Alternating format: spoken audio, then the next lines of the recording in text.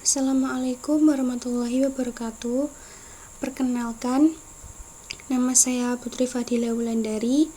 Di sini saya akan menjelaskan tentang user-centered design untuk tugas mata kuliah interaksi manusia dan komputer.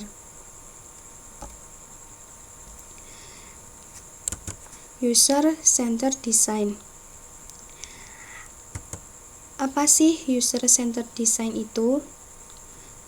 User-centered design adalah salah satu framework yang digunakan untuk mendesain user experience untuk problem solving atau memecahkan permasalahan yang berfokus pada user sebagai objek.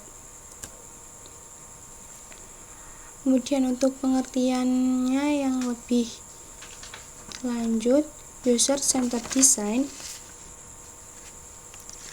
adalah proses yang berfokus pada user atau pengguna.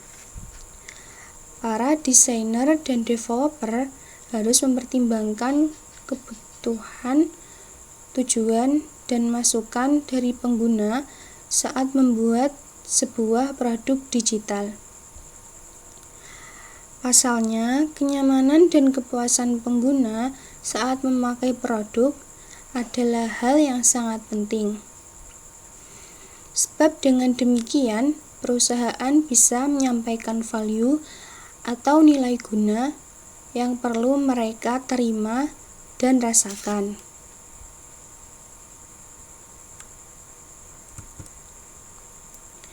Pada dasarnya, semua produk yang dibuat itu dirancang untuk manusia.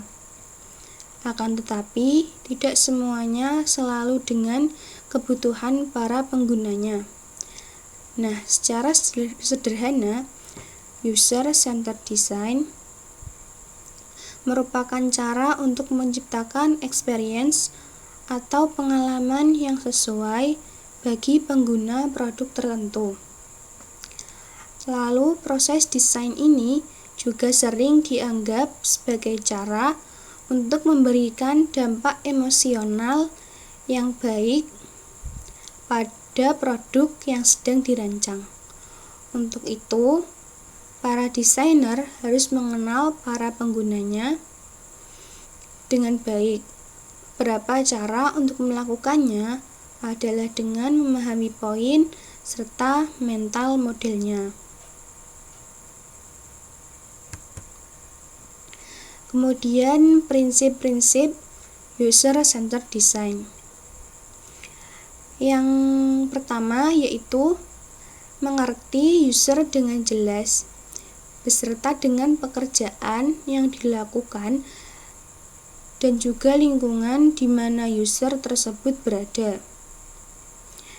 Kemudian yang kedua adalah desain dibuat berdasarkan evaluasi yang dilakukan pada setiap iterasi. Yang ketiga yaitu mengutamakan pengalaman penggunaan. Kemudian yang terakhir atau yang keempat adalah melibatkan klien dalam pembuatan dan perancangan desain.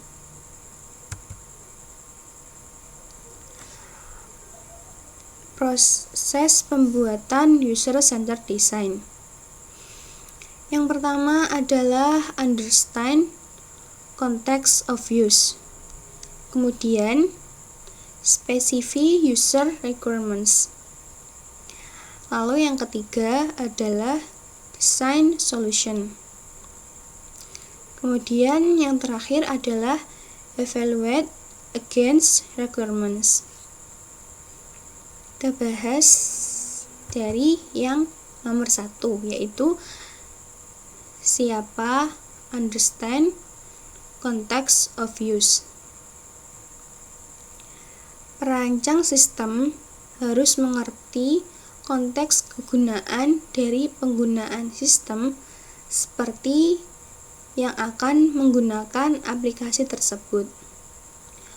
Untuk apa sih mereka menggunakannya dan dalam situasi seperti apa mereka menggunakan aplikasi tersebut. Seperti itu. Kemudian yang kedua adalah specific user requirements.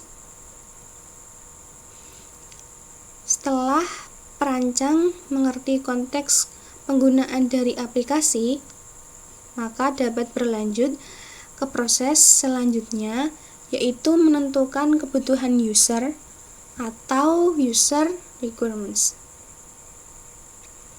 Pada proses ini, perancang harus dapat menentukan seperti apa kebutuhan user di dalam bisnis dan apa tujuan yang akan dicapai.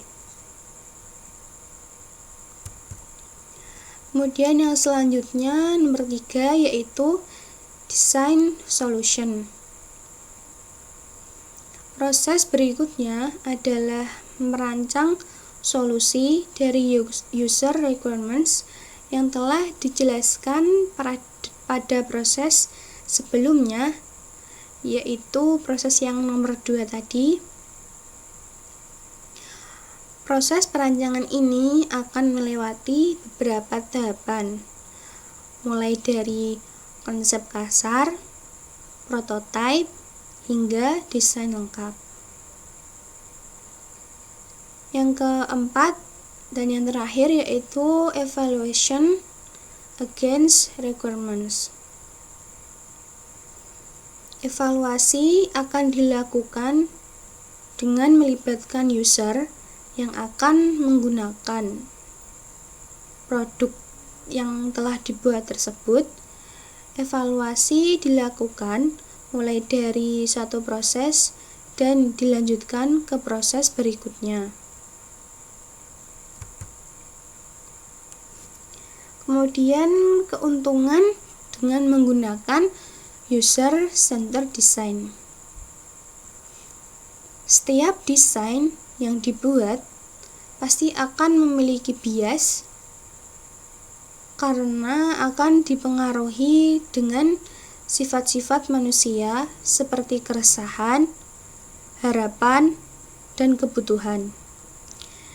Tetapi dengan menggunakan UCD atau user-centered design, perancang dapat melihat dari sudut pandang pengguna yang lebih spesifik atau lebih detail hal-hal yang sebenarnya dibutuhkan oleh pengguna. Dan untuk membuat suatu rancangan yang baik, perancang bisa menggunakan hal-hal yang bersifat abstrak. Harus mengetahui hal-hal konkret yang sebenarnya terjadi di dalam kehidupan dan dapat diterapkan dan layak. Kemudian untuk keuntungan menggunakan user-centered design yang lebih detail adalah satu, yaitu mengoptimasi produk yang digunakan dan juga intuitif.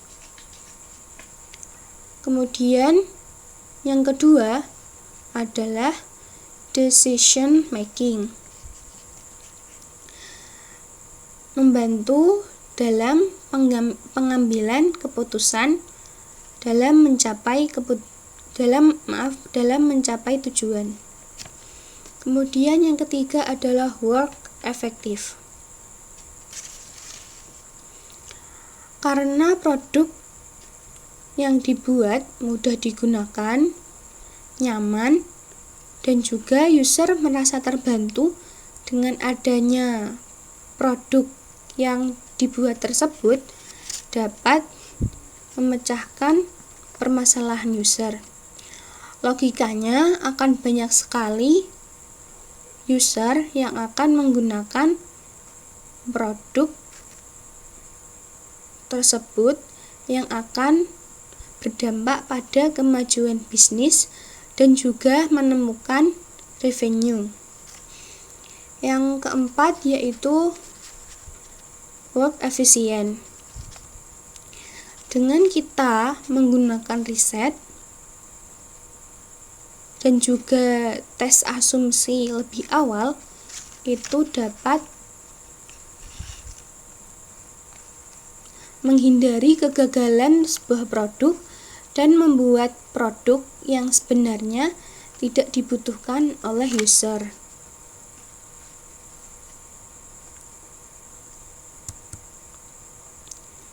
Thank you and see you. Terima kasih. Itu saja yang dapat saya sampaikan. Kurang lebihnya saya mohon maaf. Wassalamualaikum warahmatullahi wabarakatuh.